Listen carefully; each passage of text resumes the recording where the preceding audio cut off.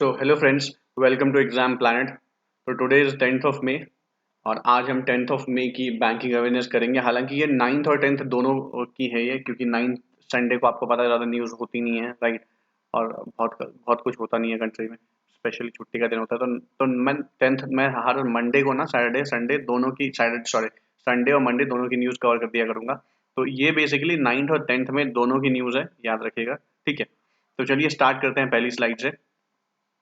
पहली स्लाइड है, says कि RBI sets up an advisory group to assist regulatory review authority. ठीक है, सबसे पहले आपको समझना पड़ेगा कि ये रेगुलेटरी रिव्यू अथॉरिटी होती क्या है। ठीक है, तो एक सेकेंड रुकिए, मैं पेन सेलेक्ट कर लूं। पहले आपको ये जानना पड़ेगा कि ये रेगुलेटरी रिव्यू अथॉरिटी होती क्या है। ठीक है, देखिए, इन 1999 the RBI had set up a regulations review authority, जिसको हम रेगुलेटरी रिव्यू अथॉरिटी ही बोलते हैं, for reviewing the regulations, circulars, reporting system based on the feedback from the public, banks and financial institution. तो बेसिकली आरबीआई जो guidelines देती है, जिसपे banks या और भी जो एंटिटीज हैं जिसको आरबीआई रेगुलेट करती है वो चलती है। आरबीआई उसको बहुत सारे रेगुलेशंस देती है, सर्कुलर्स देती है, एक पैटर्न देती है how you need to follow, और कैसे आप अपने बिजनेस को ऑपरेट करोगे, राइट। तो बहुत सारी गाइडलाइंस आरबीआई देती है, ठीक है। और उस पे वो जो बैंक्स हैं और जो फाइनेंशियल इंस्टीट्यूशंस हैं जिनको आरबीआई गवर्न करती है या उनको रेगुलेट करती है, वो चलती हैं। तो आरबीआई ने एक रेगुलेशंस रिव्यू अथॉरिटी, जिसको हम रेगुलेटरी रिव्यू अथॉरिटी भी बोलते हैं, ये 1999 में बनाया था। और उनको बोला था आपको ये मॉनिटर करना है कि हमने जो गाइडलाइंस दी हैं, जो सर्कुलर्स या जो रिपोर्टिंग सिस्टम हमने इंट्रोड्यूस किए हैं, हमने उनको बोले हैं कि आपको ये करना पड़ेगा, क्या वो इफेक्टिव है, क्या वो अच्छे से काम कर रही है, या उसमें कोई प्रॉब्लम आ रही है बैंक्स को या अदर इंस्टीट्यूशंस को। अगर है तो आप हमें बताइए ताकि हम उसको रेक्टिफाई कर पाए, राइट। तो regulations review authority for reviewing the regulations, जो रेगुलेशन सरकार लगाती है उसको रिव्यू करने के लिए है, जो सर्कुलर सरकार देती है उसको एनालाइज करने के लिए, रिपोर्टिंग सिस्टम जो चल रही है उसको एनालाइज करने के लिए। और ये किस बेसिस पे वो जज करेंगे? Based on the feedback from the public. जो आम जनता है, क्या उनको इसका फायदा मिल रहा है? जो सरकारें, जो आरबीआई चाहती है कि बैंक ये particular rule, set of rules हैं उसको फॉलो करे, तो क्या उसका अल्टीमेट फायदा जो हम चाहते हैं कि उनके कस्टमर्स को मिले या पब्लिक को मिले, वो मिल रहा है या नहीं मिल रहा है? और दूसरी चीज, पहला फायदा पब्लिक को, कस्टमर्स को, दूसरा फायदा क्या बैंक को उसका फायदा मिल रहा है? बैंक आसानी से वो अपना पा रही है जो हमने गाइडलाइन उसको दिया है, या वो बैंक के लिए बेनिफिशियल है भी या नहीं है, या वो उनके काम को, उनके उनके वर्क को और ज्यादा बढ़ा रही है और उसका कोई खास फायदा दिख नहीं रहा है। ठीक है, तो इसके लिए कमेटी बनाई गई थी जो उन सबको एनालाइज करती थी। तो अब इसमें खबर, अभी रिसेंट खबर क्या है कि RBI sets up an advisory group. RBI ने एक एडवाइजरी ग्रुप बनाया है to assist regulatory review authority, जो कि रेगुलेटरी रिव्यू अथॉरिटी जो थी, जो ये सब चीजें काम करती थी, जो मैंने आपको भी बताया, उसको असिस्ट करेगी। ठीक है, उसको असिस्ट करेगी, उसको हेल्प करेगी उनके काम कराने में, और उसको मदद करेगी, बेसिकली उसकी मदद करेगी।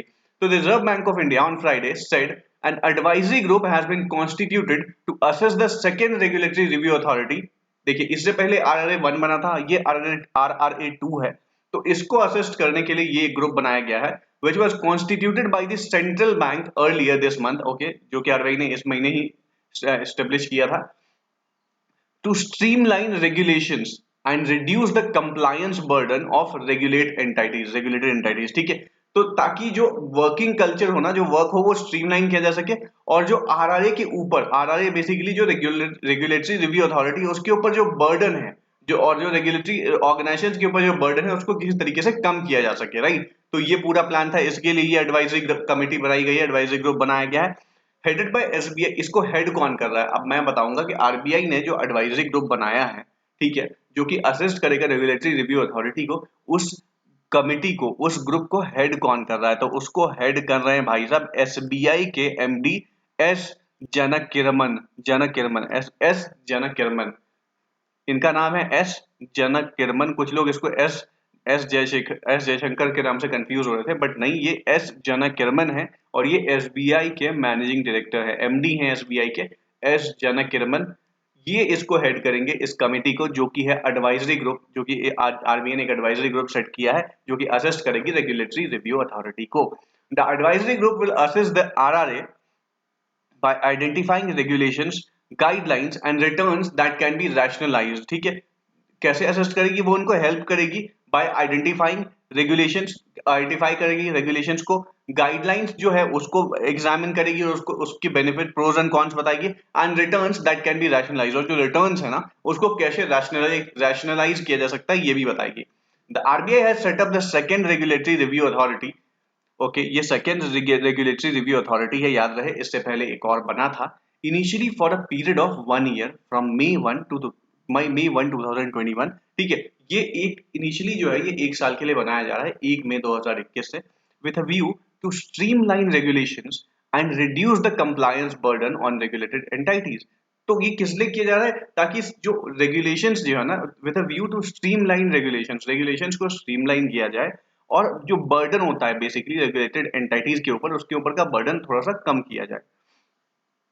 Reserve Bank of India deputy governor M Rajeshwar Rao was appointed as the regulations review authority. ठीक है, जो रेगुलेशंस रिव्यू अथॉरिटी है जिसको असिस्ट करेंगे और उसको हेड करेंगे भाई साहब एस जनक किरमन, और जो रेगुलेटरी रिव्यू अथॉरिटी है उसको हेड कर रहे हैं भाई साहब डेप्यूटी गवर्नर जो हमारे आरबीआई के, जिनका नाम है एम राजेश्वर राव। ठीक है, आई होप आपको ये स्टोरी समझ में आ गई होगी, ये जो पूरी कहानी है, ताकि इससे आपको अगर एग्जाम में सवाल पूछे जाए तो आपको प्रॉब्लम ना हो। बेसिकली आरबीआई ने एक एडवाइजरी ग्रुप बनाया है, ठीक है, वो क्या करेगा, वो असिस्ट करेगा किसको, रेगुलेटरी रिव्यू अथॉरिटी को। रेगुलेटरी रिव्यू अथॉरिटी है क्या, ये एक ऑर्गेनाइजेशन है जो जो बेसिकली जो भी रेगुलेशंस आरबीआई या वैसी ऑर्गेनाइजेशन जो रेगुलेटरी ऑर्गेनाइजेशन है वो देती है अपने उन लोगों पे जिनको वो रेगुलेट करती है। जैसे आरबीआई बैंकों को रेगुलेट करती है, सेबी सिक्योरिटी मार्केट को रेगुलेट करती है। तो जैसे आरबीआई ने बैंकों को रेगुलेट करना है या फाइनेंशियल इंस्टीट्यूशन को रेगुलेट करना है, तो उसको जो वो गाइडलाइंस देती है, जो सर्कुलर्स देती है, जो रिपोर्टिंग सिस्टम देती है, जो रेगुलेशन उसको फॉलो करने को बोलती है, ये उन सबको एनालाइज करती है। ठीक है, और फिर उस पर फीडबैक देती है कि वो कितना अच्छा है, उसमें कुछ चेंजेस की जरूरत है या नहीं है, राइट। तो ये है रेगुलेटरी रिव्यू अथॉरिटी, और इस रेगुलेटरी रिव्यू अथॉरिटी को हेड करेंगे भाई साहब हमारे deputy governor M Rajeshwar Rao. और जो एक ग्रुप बनी है जो इस आरआरए को असिस्ट करेगी, उस ग्रुप को हेड कर रहे हैं भाई साहब एसबीआई के एमडी एस जनक किरमन। ठीक है, आई होप आपको एक स्टोरी समझ में आ गई होगी। Let's move to the next second story.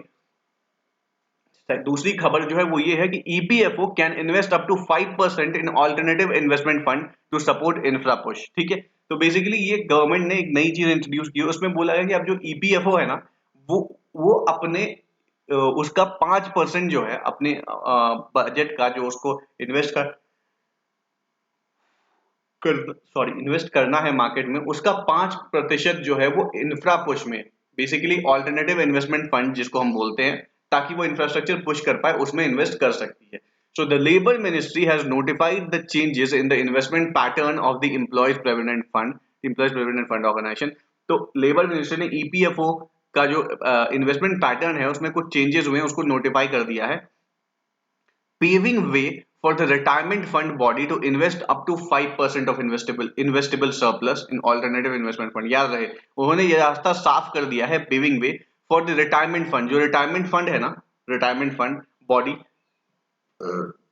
paving way for the retirement fund body to invest up to 5%, 5% तक ही कर सकती है, 5 से कम तो कर ही सकती है, 4 कर ले, 3 कर ले, 2.5 कर ले, पर वो 5 से ऊपर नहीं जा सकती है, right. Invest up to 5% of investable surplus, जो भी उनको इन्वेस्टेबल सरप्लस है उनके पास, जिनको उनको इन्वेस्ट करना है, उसका 5% वो ऑल्टरनेटिव इन्वेस्टमेंट फंड में इन्वेस्ट कर सकती है। ठीक है, यही बोला गया है इसमें। इट विल सपोर्ट इंफ्रास्ट्रक्चर, ये क्या होगा, ये इंफ्रास्ट्रक्चर में सपोर्ट करेगा, micro small and medium enterprise को सपोर्ट करेगा, venture capital funds and social venture capital funds में भी डायरेक्टली इनडायरेक्टली ये सपोर्ट करेगा। The EPFO manages more than rupees 12 lakh crore of retirement savings of over 6 crore subscribers। तो बताया गया आपको ईपीएफओ के पास कितना पैसा है, तो ईपीएफओ जो है वो लगभग 12 लाख करोड़ से ज्यादा जो पैसे हैं वो अपने पास मतलब उसको वो मैनेज करती है। ठीक है, क्योंकि उसके पास 6 करोड़ से ज्यादा सब्सक्राइबर हैं। The new investment pattern will be effective from March 15, 2021। जो नया जो पैटर्न बताया गया इन्वेस्टमेंट का, जिसमें 5% जो है वो ईपीएफओ अपने इन्वेस्टेबल मनी का 5% वो ऑल्टरनेटिव इन्वेस्टमेंट फंड में इन्वेस्ट कर सकती है, वो जो हो गई ये रूल लागू होगा 15 मार्च 2021 से, मतलब ये रूल लागू हो चुका है।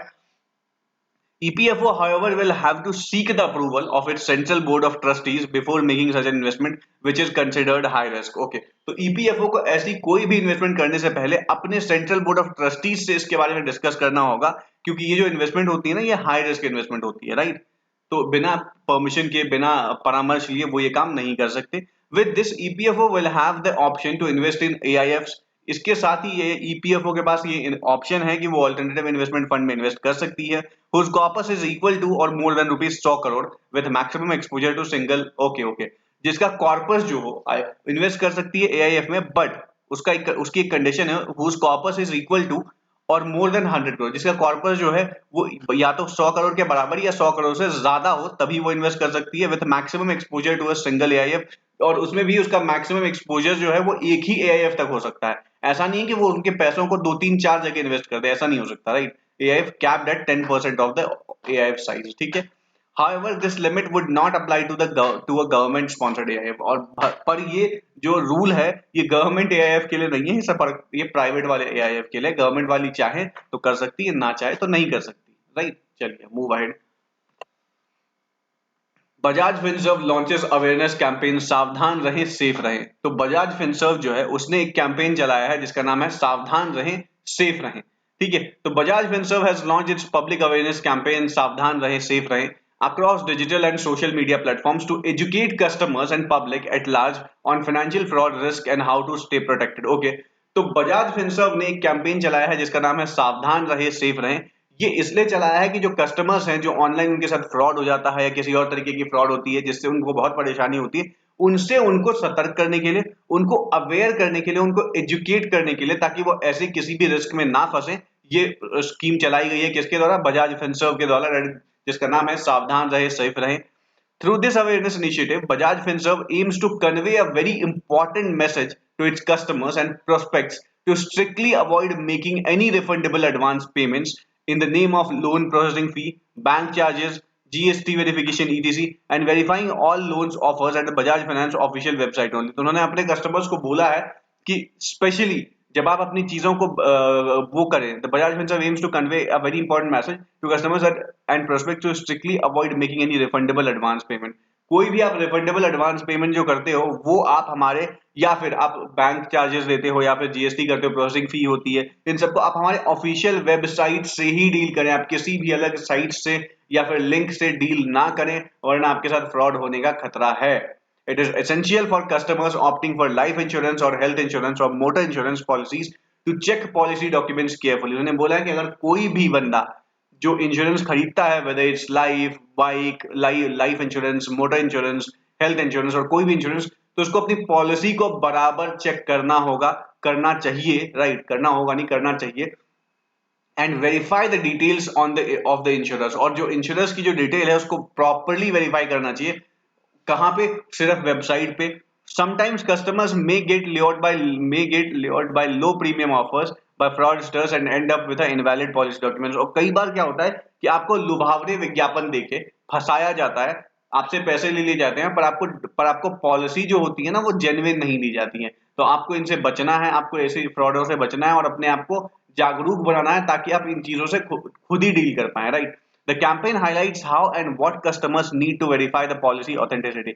और इस कैंपेन में ये भी बताया गया कि जब आप कोई पॉलिसी खरीदते हो तो वो क्या क्या वेरीफाई करना है, कैसे उनको डिफरेंशिएट करना है कि जेन्युइन पॉलिसी है या फेक पॉलिसी है, and most importantly where the customers can go for reporting these incidents. और साथ ही साथ वो ऐसे कंप्लेन कहां जाके कर सकती है, ये भी उसमें बताया गया है। अब देखिए इसमें एक इंपॉर्टेंट चीज है, the campaign has a catchy jingle. ये जो कैंपेन है इसका एक बड़ा कैची सा जिंगल है, इसका जो नाम, इसका जो बनाया गया है जिंगल है, उसमें उसमें वर्ड्स है, दैट इज नाजी नाजी, मतलब ना करो जी, ना ना फंसो इन चक्कर में। तो the campaign has a catchy jingle जिसका नाम है नाजी नाजी। What is what is enduring character named Gupta ji who goes around spreading these awareness messages in his own unique style। ठीक है, तो गुप्ता जी हैं, वो जा रहे हैं, सबको समझा रहे हैं बेसिकली, मतलब गुप्ता जी इज बेसिकली एक कैरेक्टर, ठीक है, जो इन्होंने बनाया है, जो जाएगा लोगों को समझाएगा कि भाई साहब नहीं, आप मत कीजिए ऐसा, ठीक है। ये आ गए भाई साहब हमारे गुप्ता जी, जो लोगों को बोल रहे हैं, जाके समझा रहे हैं, ना जी ना जी, ना फंसो ऐसे चक्करों में, बिना वेरीफाई किए चीजें ना लो, अच्छे से अपनी चीजों को वेरीफाई करो और किसी भी टाइप के फ्रॉड में ना फंसो। तो गुप्ता जी याद रहेगा आपको, बजाज फिनसर्व के जो वो हैं प्रमोटर हैं, बेसिकली प्रमोटर बोलोगे या वो जो भी बोलोगे, दैट इज गुप्ता जी, जो लोगों को अवेयर कर रहे हैं सावधान रहें सेफ रहें इनिशिएटिव के लिए। और इसका स्लोगन है, जिंगल है, नाजी नाजी। चलो आज के लिए बस इतना ही। Thank you so much. I hope आपको वीडियो पसंद आई होगी। पसंद आई हो तो वीडियो को सब्सक्राइब करें, चैनल को सब्सक्राइब करें, वीडियो को लाइक करें और कमेंट करें। अगर आपको कोई भी प्रॉब्लम है, कहीं भी कोई परेशानी हो रही है तो प्लीज़ कमेंट करें ताकि मैं आपकी प्रॉब्लम्स दूर कर पाऊँ। ठीक है।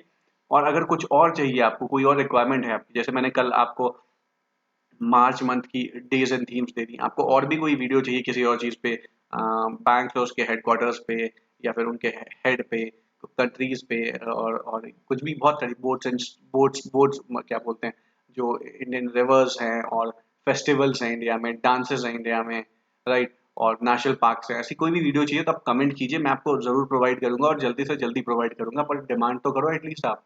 ठीक है। चलो, thank you so much. Please subscribe करें चैनल को और वीडियोस देखें। इंपॉर्टेंट वो है, पढ़ना इंपॉर्टेंट है, राइट। एग्जाम्स आने वाले हैं। कोई कुछ भी बोले, आपको डराता रहे एग्जाम पोस्टपोन हो जाएगा, नहीं, आपको 31 जुलाई को देखते हुए ही प्रिपेयर करना है। ठीक है। मैं गारंटी देता हूँ एग्जाम उस दिन हो जाएगा। मुझे बहुत अच्छे से पता है एसबीआई के बारे में, 31 जुलाई को मेंस होगा ही होगा।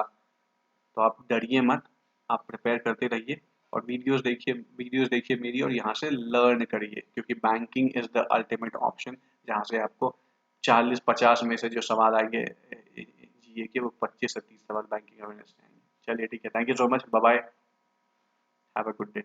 मिलते हैं कल आपसे।